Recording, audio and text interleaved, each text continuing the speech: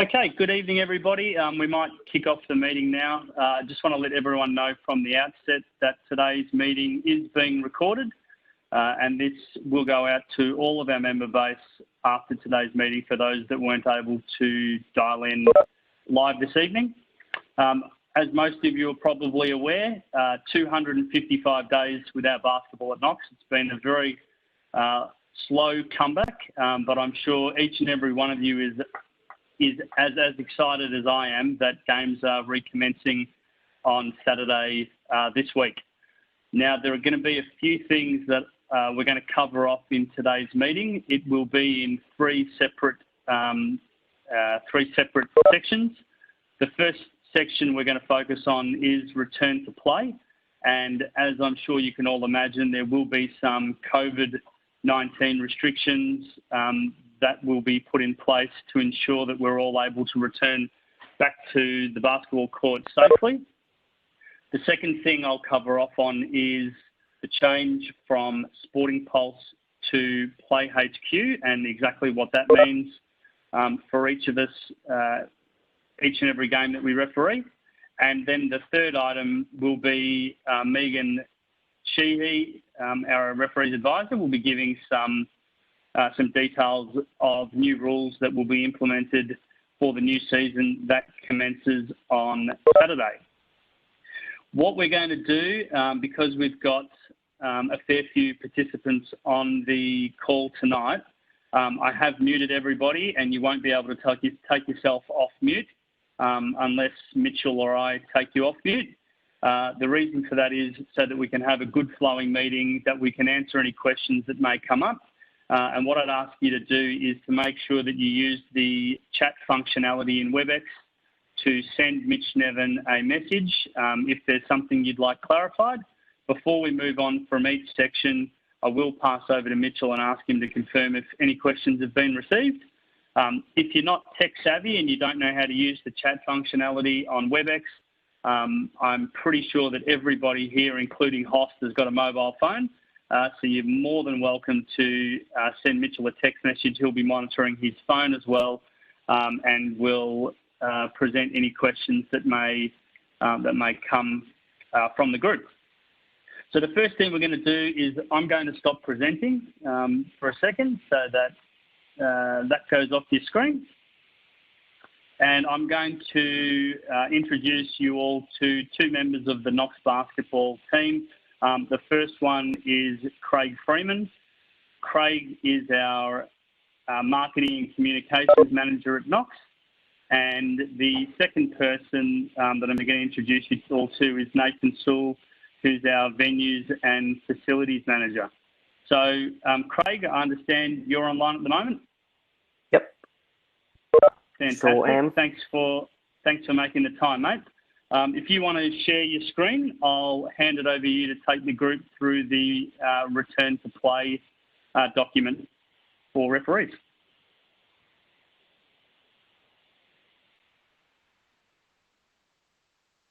Cool. Can everyone see that? Thumbs up, Daniel. Yep, cool. First of all, thanks for making the time to be here tonight. As Daniel said, any questions at the end, me and Nathan will do our best to answer them. The first part I'm going to take you to is pretty basic. It's probably stuff you've all seen in action or you've probably seen on our social media pages already. So coming to our stadiums, first of all, we ask that you please don't referee if you're feeling unwell. That's really important. More so than ever, if you do wake up in the morning and you are feeling sick in any way, it's really important that we can't have anyone in the stadium that's unwell. So I'm sure you guys know how to communicate that. But I just ask that you please are honest with yourself as well. If you are feeling unwell, not to come to the stadium. Face masks. So face masks at this point must be worn by everyone except those under the age of 12. Throughout our stadiums, referees and players will be allowed to remove their face masks once their games begin. So once you go onto the court to begin, you can then take your face mask off. Once the game is ended, referees and players must all place their face masks back on. Again, spectators, coaches, team managers and so forth are expected to keep their faces covered during the games. Entrance and exits, you can ignore the toilets part. That's actually just been pulled out recently. But basically, at the State Basketball Centre, we need everyone to enter through the side doors. Where the bus lane is, you'll see all the signage when you're entering the stadium all point you towards there. And exiting from the State Basketball Centre will be through the main front automatic doors. At Boronia, entry and exit is via courts 1, 2, and 3. So that court 1, 2, and 3 side, we need people to come in and out from there. All the other external venues are exactly the same as they were. When you arrive, everyone that enters the stadium, the referees, participants, families, everyone has to check in. There are QR codes at the stadium, but in this document and on our website and social media pages, the Knox Basketball Facebook page, these links are also here that you can see on the page now. And you can do that when you get out of the car or on your way in, if you're getting dropped off, just to save yourself the time of having to wait at the door and enter the QR code then. Just one thing is you got to make sure if you do it early, you leave it on your screen. You don't close your screen because you have to show it to the doorkeeper when you come through. And you can also check in multiple people on one form. So if a group of you all arrive together at the same time, you can just do one form for all of you. Once you get inside again, pretty basic. We ask that everyone sanitizes their hands. We'll have that easily accessible when you walk through the doors. And then we just ask that you follow social distancing rules wherever possible and proceed to your court or to the room that you have to go to before then. You can use the cafe and the canteen at Boronia and State, but we do ask that you follow social distancing as well when you're lining up and things like that. These are hand sanitisation stations around the State Basketball Centre and Knox, and at the external venues it'll be at the entrances, as well as on all the score benches.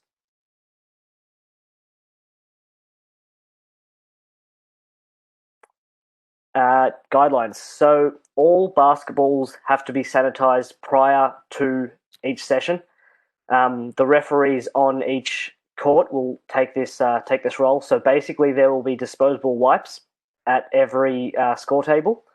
You'll just take one wipe from the bunch of wipes, wipe the basketball down, throw it in the bin. We'll make sure we have bins in the area as well to make that as easy as possible. But this has to happen before every game, before the two teams start warming up, obviously. So you've got to do it for both basketballs, then give the two teams their basketballs to warm up with.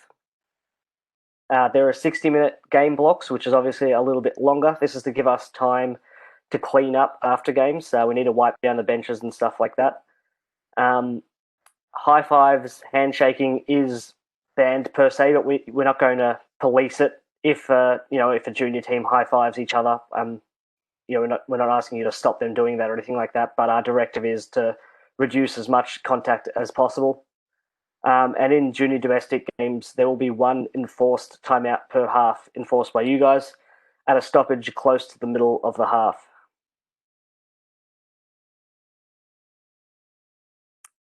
So this is basically a quick rundown. Do not arrive at the stadiums earlier than you have to. All referees must check in via the QR code or links. You have to show that you've checked in and sanitize your hands. Wear a mask until your game begins, then put the mask back on once it's finished. We ask that you maintain social distancing as well as possible throughout the stadium. One thing to keep in mind, drinking stations are closed. So we need you to bring all the water that you want for the day, or you're going to have to purchase drinks from the stadium. There's no refill points in the stadium that'll be open. And before a game, all basketballs, including the warm-up ball, must be sanitized with a disposable wipe. Don't shake hands with players before or after games, and don't shake hands with other officials during or after games. And once your session has finished, we do ask that you leave the stadium within 10 minutes. So now is there any questions from this? Because then I'll swing it over to Nathan for some more venue-specific stuff. Thanks, Craig. What I'll do is I'll just quickly check with Mitchell Nevin. Mitch, can you confirm, have you received any questions at all from the group? No, I have 0 questions from the group. Okay, no worries. I will just I just want to highlight a couple of things based on what Craig said. The first thing is, when you're in the stadium and you are wearing your referee's uniform, we need to make sure that we are leading by example. So what Craig has shared with you around social distancing, whether it be in the venue, standing in the line, waiting to get a drink or buy your lunch, people will be looking to us for leadership in this area. And so I would ask that everybody ensure that this is given the appropriate level of attention and professionalism that we all would expect. And if anything does come up, or if you do have any questions as we're going through the presentation, or practically once we hit the court on Saturday, if you do have any questions come up, please funnel that through to the referee supervisor. So Mitch, if there's no questions for Craig, Craig, thanks very much for the update. What I'll do now I have is just got one through, Daniel. Sorry. Sure, go for it. Where are we putting our masks during the games? So should we leave it in the ref room? Should we leave it on the score bench? That's a good question. I think it's something we actually hadn't thought about. We can probably have something like, maybe we'll have some Glad bags that you guys can put it in, and then if you seal them up, you can leave them in the score table on the score bench. I can organise that. Cool, no problems. That's the only question. Thanks, Craig. Nathan, if you can unmute yourself, you should be able to unmute yourself. Thanks, Daniel. No worries. Yeah, thanks for having Craig and I on tonight. We're looking forward to seeing all of you guys back around on the courts. As Daniel said, 255 days of no basketball for all of you basketball junkies. And, you know, that's the office staff, the referees, the players, the families. I think everyone's super excited about getting back this week. I know I'm absolutely pumped and looking forward to it. So thank you, Craig, for going through that information. I don't have too much more to add. It's more just about some of the spaces in terms of referee rooms at the different facilities. And obviously, as most of you would know, having, you know, lived through this the last 7 or 8 months, it's about limiting people in indoor spaces. And, you know, one of the things that we've been told is the virus is obviously much more likely to spread inside. So it's just trying to have, you know, not too many people, especially in our smaller indoor rooms, you know, crowding up the space. So what we've been able to do at the State Basketball Centre and Knox Basketball Stadium, it's much easier because we're lucky that we've got the function room at the Boronia Stadium and the social room at the State Basketball Centre, and both of them have density limits of 20 people. So if you're reffing a game and you actually have, you know, have a game's break, we're going to have tables and chairs and stuff set up socially distanced in those 2 rooms. So you're certainly more than welcome to take yourselves in there and sit around in there, making sure that there's no more than 20 of you in there. And there is signage on the front of the rooms, but there is that space that you'll be able to go in there and just relax as well. You know, if you don't want to be sort of standing in some of those foyer spaces that spoke about earlier. At Fairhills, again, you'll have access to the classroom at the end of Court 1, which is pretty standard. And, you know, with the few amount of refs there, that's absolutely plenty of space for you to sort of make yourselves comfortable in there. The Roval Eastern campus, they've confirmed that there can only be 4 people inside of that referee room space in there. So we've just got to make sure that if they're really lucky there that, as you would all know, there's a nice and big foyer space as well with tables and chairs set up, but we can't have any more referees in that referee room at the Roval Eastern campus. Roval Community Centre is a bit different because often you guys sit with the doorkeeper there, and unfortunately that won't be able to happen this time. We're still waiting for the council to get back to us with about a space that they might be able to make, like an office space or a room space they might be able to make available to you guys. We expect to hear that tomorrow, so we'll just pass that on to the doorkeeper, who will be able to let any of the Roval Community Centre referees know where that space is on the day.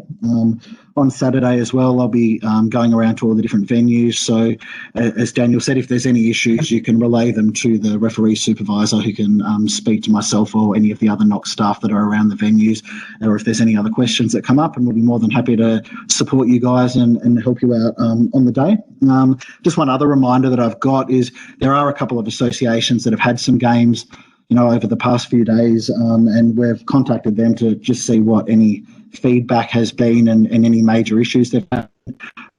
A major issue, but really the only issue most of them have had is people taking too long, teams taking too long to leave the court at the completion of their game. So what we're asking you guys for a bit of support with is just prior to the game starting, if you could have a word with each coach and just give them a quick reminder that as soon as the game has finished, if they could, as the teams can't shake hands, if they could sort of get their team and their spectators and exit the venue as soon as possible, so we can start bringing in the people for the next time slot. That's all I've got to add. So if there's any questions, I'm happy to try and assist. Thanks, Nathan. Appreciate it. Mitch, can you confirm, have you had any further questions come through for either Craig or for Nathan? I do. I have one regarding Roval Eastern Campus. There are 2 rooms there. Can we ask to use both rooms to allow as many referees to come in as possible? Yeah, sure. I'll touch base with Alex Palazzolo, who is our contact there, and he's pretty agreeable with everything. He was the first of the external venues to get in contact with us to see when we were coming back, because they're super keen for basketball to be played on their courts. So I'm sure that won't be a problem, but I'll follow that up for you guys tomorrow. Thanks, Mitch. No problems. I've got one. Are trainee referees allowed to referee this year? I have the answer for that. The answer to that question is yes. Trainee referees will be able to referee this year.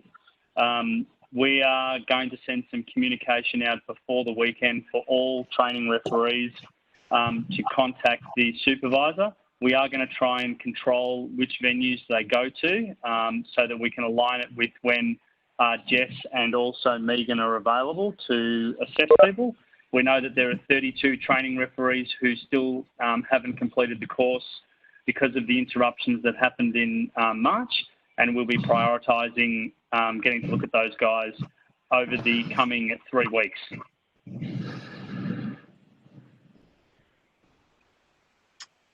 Where would we go to put bags and everything before you start your games? Sure. So we spoke about this with our meeting with the referee supervisors last night. Basically, you're still able to put your bags up in the standard usual referee rooms. There are density limits. There's only so many people that can head into those rooms, and there's signs on the door. For example, the room at the State Basketball Centre where you'd usually leave your bag can only have 4 people in the room at once. The 2 rooms upstairs at Bronia, there can be 6 in the first room and 4 in the second, but you can head in there and put your bags in the usual spaces. Thanks, Nathan. I'll probably just preface that by saying if you are going to go into that room, guys, just don't dawdle, put your bag in there, as long as you're adhering to the density limits, and then jump out and go to either one of the function rooms or out to court. Thanks, Mitch. How early can we get there before our game?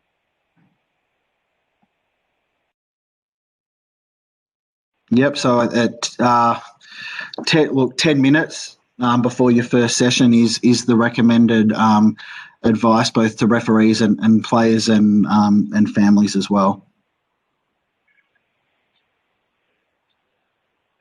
It's just trying to make sure that, at any given time, there's not sort of huge crowds of people sort of hanging around in different parts of the stadium.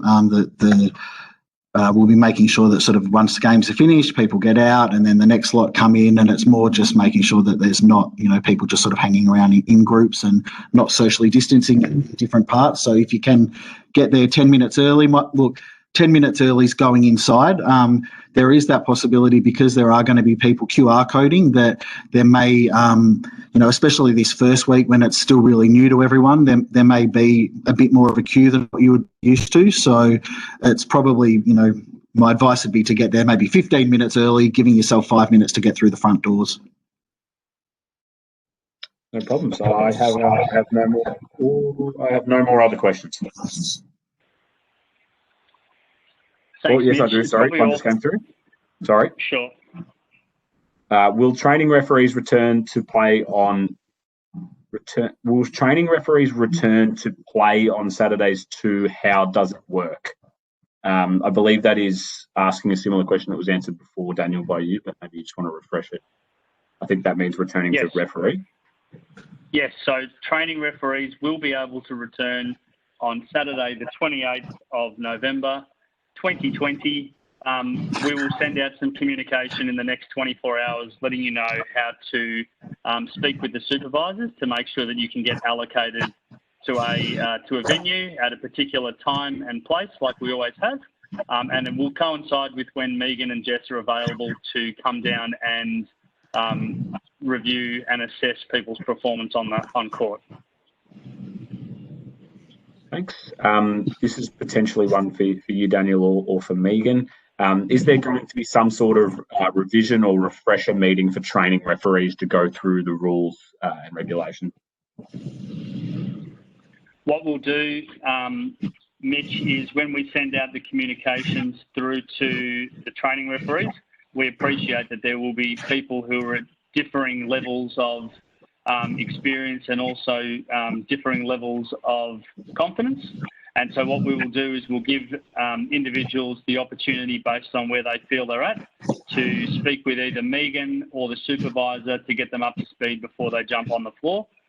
We are very conscious that after 255 days, people may need to go back to the start again, and we're not expecting that we're going to have any, fantastic A-grade officials running around in the training school on their first Saturday. So it'll be largely about getting, everyone getting used to it and finding their feet again.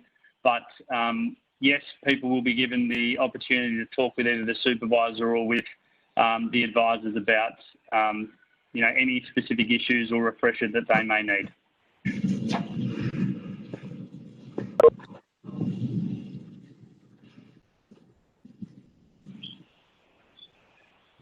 Mitch, are there any other questions? Sorry, I was on mute.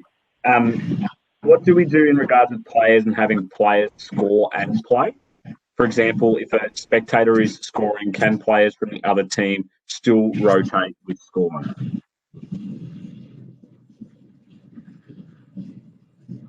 Yeah, I don't think there's any issue with that in senior domestic. Do we mean? Yeah, I don't think there's any restriction around that.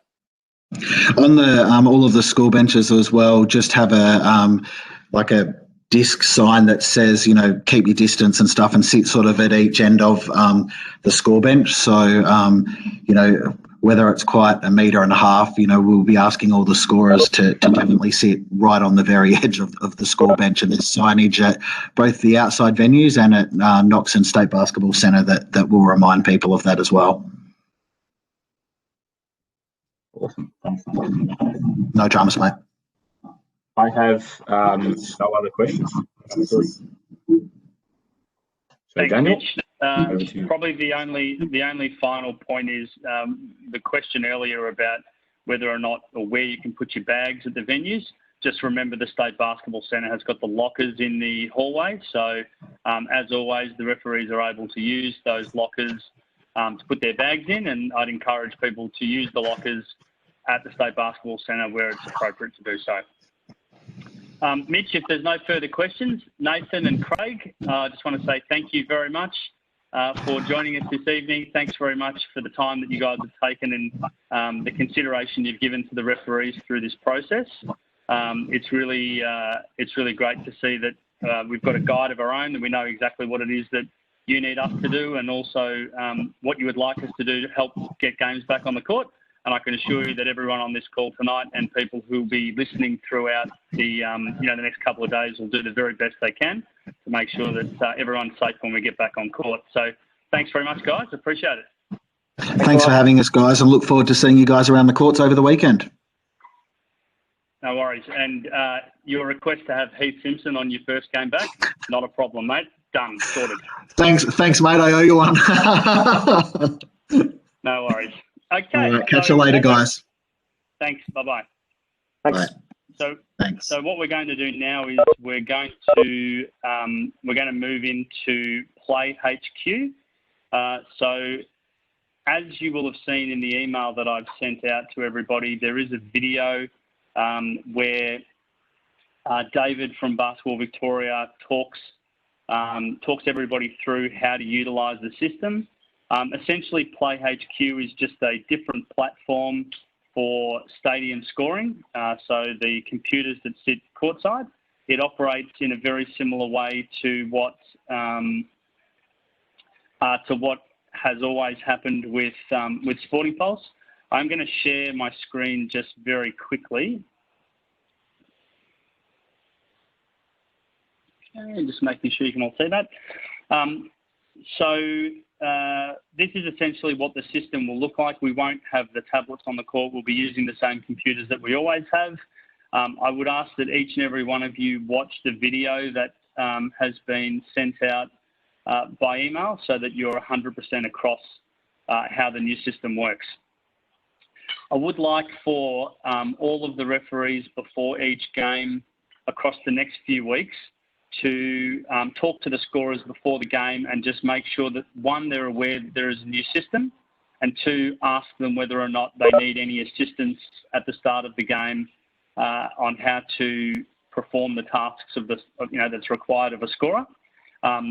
Normally, what will happen is at the start of the game, to list the lineup, you'll see on my screen here on the left-hand side, the Dunkers under 14A boys.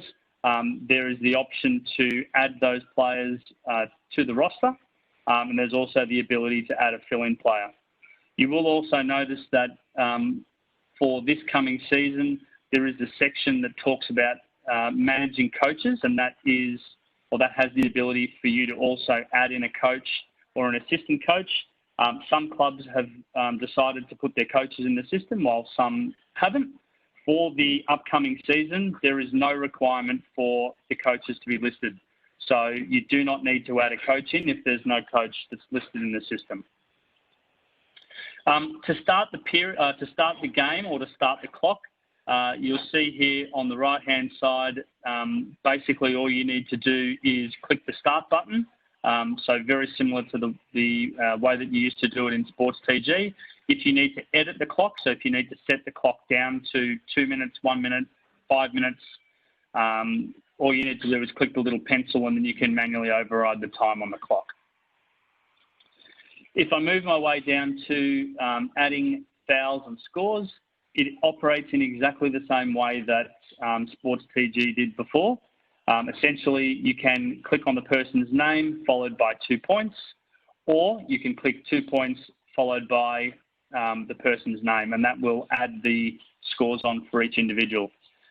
Foul, all you need to do is hit the foul button, and that will add a foul on for the individual.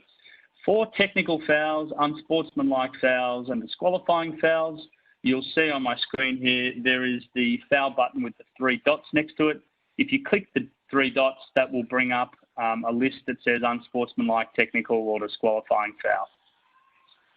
If you make a mistake, there is a button down the bottom that says undo, so it's the arrow pointing backwards. All you would need to do is click that. It would undo the last activity you've done.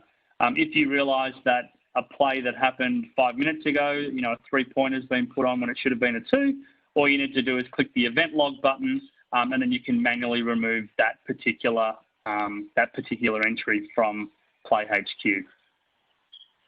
And just in finishing, and this is, so a lot of the things I've just talked to you about then will obviously be the responsibility of the scorer, but you may need to give them a quick rundown at the start of the game to make sure that they know exactly what's going on, because the interface will look a little bit different to what it does at the moment with Sports TG.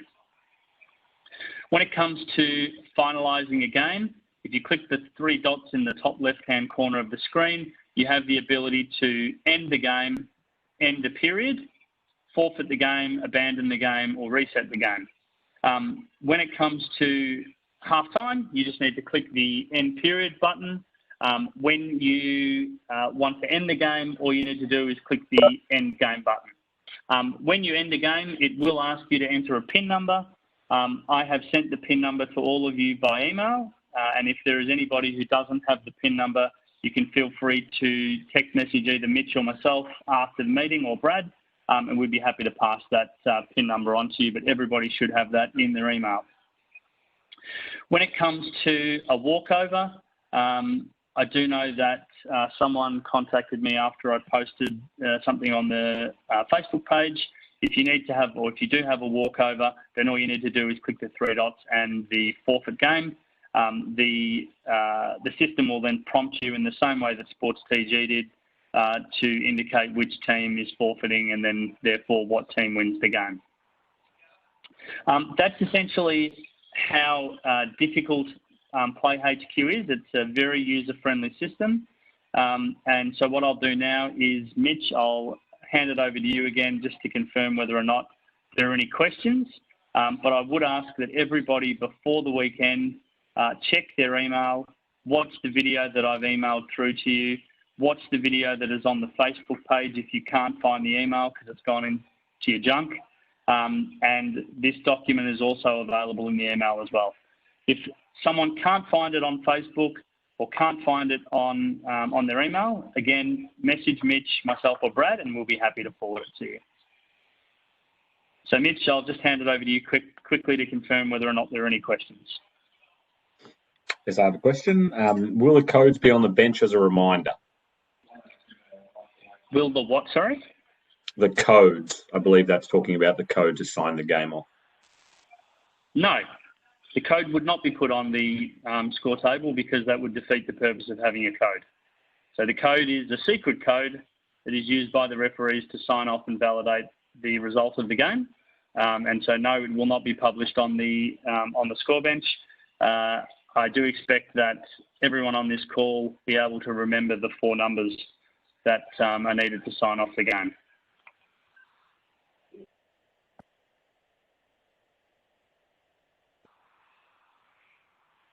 Mitch, any further questions? Nothing further. No problems. I did have one other question that came through to me during the week. There will be some laminated signs on the score benches at the stadiums, just basically giving a top-line overview similar to the document I just shared with you about how to use PlayHQ. I can also confirm that that video that I've shared with you guys is the same video that's gone out to all the clubs. So they should be sharing that with their parents, with their coaches, so that when we get to the weekend, we don't have a whole range of issues. Mitch, just want to confirm, no more questions on that, and we'll move forward. Yep, all good to move forward, mate. Okay, thank you. The next subject we're going to talk about is the new rules. And Megan, I've just sent you a request to unmute, so hopefully you can unmute yourself now, and I'll hand it over to you to do the presentation. No problem. Thanks, Megan. Yeah, awesome. So basically, every year FIBA bring out some rule changes, and it's up to us at KBI to choose what we implement. This year's rule changes aren't major. It's more so changes of wording and things like that. If you haven't already, as Daniel said, we did get a lot of information over the during the week, but I really would recommend watching the video that I put together because it has some game examples which, if you're a visual learner like me, it helps a lot to be able to see it in action. So what I'll do is I'm just going to share my screen. Can you just let me know? Sorry, he's being a bit annoying. Can you see my screen, Daniel? Yep. Do you want to put it into presentation mode? I can do that, yep. Wonderful. All right. Is that in presentation mode? Yes, there we go. All right. Yes. So yeah, as I said, all these rule changes, there's 5 that we're implementing into our domestic competition. There are a couple of other ones that FIBA brought in, but they aren't relevant to domestic. So basically from this Saturday, these 5 rules are going to apply. The first one is in regards to injury and a player who requires assistance. Basically, assistance can be provided by a team manager, coach, assistant coach, or another player that comes off the bench. If that does happen, the player must be substituted immediately unless they're reduced to less than 5 players on the court. The second part of this is that a player has 15 seconds to recover from the injury. If they don't recover within that 15 seconds, they do need to be substituted. Pretty straightforward. The wording change is just assistance added to treatment as well. So if anyone has any questions on that one, please shoot them through to Mitch. Mitch, can you let me know if there's any questions? No questions. Fabulous. The Megan, second one, is it worth covering? Sorry, is it worth covering the timeout? Yes.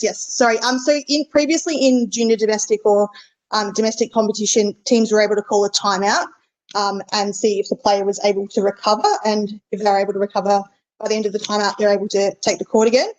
This is no longer the case. So that 15 seconds applies, and if they receive treatment. Cool. Alrighty, this next one is in regards to the player who's in the act of shooting. So basically this is just new wording to break up the act of shooting into 2 different parts. So the first one is an act of shooting on a shot. So for example, a jump shot or a normal shot. Basically the act of shooting for this begins when a player starts, in the judgment of the referees, moving the ball upwards towards the basket and ends when the ball has left the player's hands, but for an airborne shooter when both feet have made contact with the floor. So the example I gave with this one in the clip as well, and there's some good examples, is where a player fakes a shot, they draw contact, the contact occurs, and then they put up the shot. That's no longer an act of shooting because it's 2 separate motions, and the ball isn't on its upward flight towards the basket.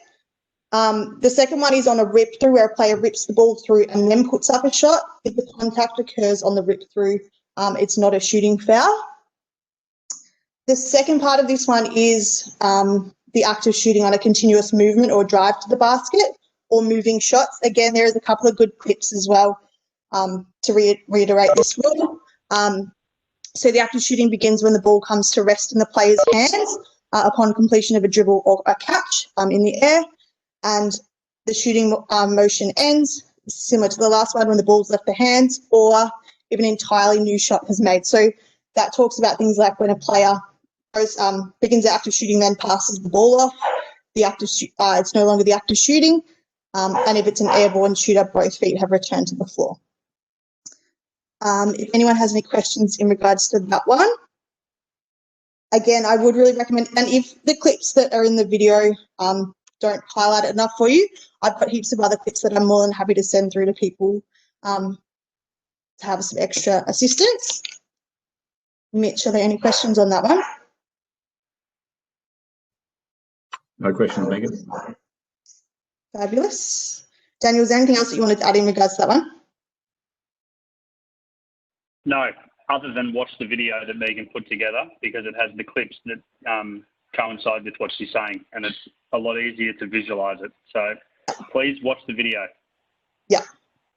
Alrighty, the second one is a change. So in the rulebook previously, it only referred to an defensive player's cylinder. They have now included an offensive player's cylinder and what they are able to do, so that we have an understanding of what constitutes an offensive foul and what doesn't. So basically the boundaries of an offensive player with the ball, similar to a defense. So front of the feet, bent knees and arms, the rear of the buttocks and outer edges of the elbows. So again, there's another clip where it highlights the fact that an offensive player moves outside their cylinder and causes illegal contact. So basically this is just more so to have grounds about what constitutes an offensive foul and what an offensive player is allowed to do legally. Any questions on that one? Daniel, did you want to add something? It's probably worth noting with this one, one of the reasons that this has been introduced is because when an offensive player has the ball, a defender sometimes can get right in the grill and can actually move the offensive player backwards by entering their cylinder. This rule makes it quite clear that the defensive player is not able to get so close to the offensive player that actually they push them backwards. There are some good clips available, which Megan's already said that she's more than happy to share if people need a visual for this one. But essentially, it just more clearly highlights where the defender actually gets into the offensive player's grill and causes illegal action. It helps warrant and justify a foul being called. Awesome. Sorry, Mitch, was there any questions on that one? No questions, Megan. The next one refers to... I have one. Where can the clips be found? I've just got a question. I have access to those, so just contact me via email and I can send you the links for those. That's the only one. Cool. The second one is in regards to double fouls. So in the previous rule change, for it to be a double foul, the penalties had to be the same. So it was quite difficult for referees to distinguish if the penalties weren't the same, the order in which the fouls occurred. So basically they've changed the ruling so that they do need to be both player fouls. Both fouls need to involve physical contact. Both fouls are between the same two opponents fouling each other, which is what it was previously. The change to the rule is in regards to it just has to be the same foul type now. So it has to be either two personal fouls or unsportsmanlike and disqualifying fouls. However, it no longer has the part. So, for example, in domestic competition at Knox, if one team was on 19 fouls and one team was on 7 and we had a double foul, previously that couldn't be a double foul because the penalties were different. So now that's no longer relevant to the rule. It's just more so on the foul type for it to be eligible for a double foul. Any questions on that one? Not specifically. I just have a general question in regards to whether you could send the clips to everyone so that individuals don't have to separately ask. Yes, I can find a way. It just because the files are big, I might have to talk to Daniel about a way we can do that. And because so there's a lot the clips that you'll need are in the video that Megan has put out and is available on Facebook. We have some supplementary clips. They are very large in size, so the videos are probably 2 gigabytes all up, which is why we've elected not to send them to everybody. But the videos that you need to see are in the update that Megan has posted to the Facebook page. So look at that first. If something is unclear and you're not sure about or you need some further explanation, that's where Megan is saying contact her. She can then send you the supplementary clips if you need. Yeah. I'm also more than happy over the weekend. Like, I'm going to be around, so please don't be shy. Come up and ask questions. There's no dumb questions. So I'm more than happy to go through situations with you if you wanted to discuss it as well. Alrighty. The last one is in regards to unsportsmanlike fouls and in particular C4 unsportsmanlike fouls. The only change to this one is in terms of team control. So previously, for it to be a C4 unsportsmanlike foul, so this is talking about a breakaway foul, there had to be team control for it to be considered a C4 unsportsmanlike foul. They have changed that now. So the criteria still has that the foul has to be from behind or laterally, and it has to there has to be contact. But the change is the fact that if someone tips the ball for example, the ball gets intercepted and turned over, they tip the ball forward and the contact occurs from laterally or behind. You know, they're fumbling the ball, they don't have control. That can still be an unsportsmanlike foul as long as they are progressing towards their basket. So again, that's just more a slight change of wording and just the fact that there no longer needs to be control for it to be an unsportsmanlike foul. Again, same applies. It can't be a C4 unsportsmanlike if a player begins the act of shooting for a C4. However, C1 and C2 can still apply on a shot. Any questions on that one? Again, there is a really good example in the video. I would recommend watching it because it puts it into play. It's much easier to see and understand. Any questions, Mitch? No questions, Megan. Awesome. Daniel, is there anything else you wanted to add in regards to the rule changes? Not in regards to the rule changes. Megan, thanks very much. Love the video. We'd like to see more of that in the future. So really good job with the video. Well done. Okay, so that brings us to the end of the meeting. Thank you everybody for dialing in, and I really do hope that you all enjoy the weekend. And I know there's a lot of people who can't wait to get back on court. If there are people who want to hang around and have a chat after this, I will unmute everybody so you can interact. Feel free to do so, but I'm going to stop the recording now. And thanks everybody for your time. Cheers.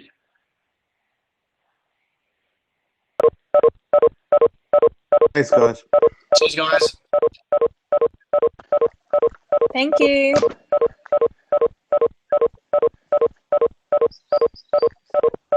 Very much.